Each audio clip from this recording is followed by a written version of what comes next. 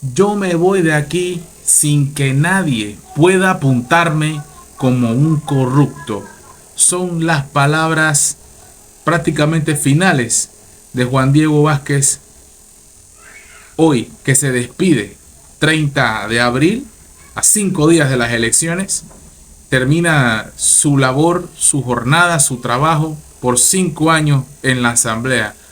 Un trabajo para mí intachable, un trabajo para mí excelente. El pueblo panameño está orgulloso de este panameño joven que en algunas cosas pudo haberse equivocado como todo ser humano. En algunos momentos pudo haber hecho declaraciones o haber apoyado propuestas las cuales en lo personal no me gustan, pero en la gran mayoría de sus actos no puede decirse que pueda ser señalado por corrupto o por impuntual o por no cumplir con su trabajo, que su labor era trabajar por, por la gente de San Miguelito que votó por él y por todo Panamá, porque él es un diputado de la nación, uno de los 71.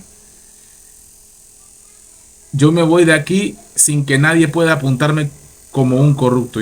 Y hay gente allá en Los Santos, el caso es de Tito Afú, que después de haber sacado plata diciendo, ¿verdad? El caso Semis, que no se nos olvida, por supuesto, siempre lo hemos denunciado aquí, ahora quiere regresar.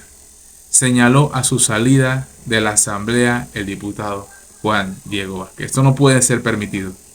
¿Qué espera Juan Diego a partir del próximo 1 de julio? Una asamblea renovada, sin embargo, hay diputados polémicos que buscan regresar a esta asamblea, ¿no? Para mí es una vergüenza porque Juan Diego Vázquez, yo me voy de aquí sin que nadie pueda apuntarme como un corrupto. Estoy de acuerdo, hay gente que no está de acuerdo conmigo, que no gusta de mí, es su derecho, pero como un corrupto nunca.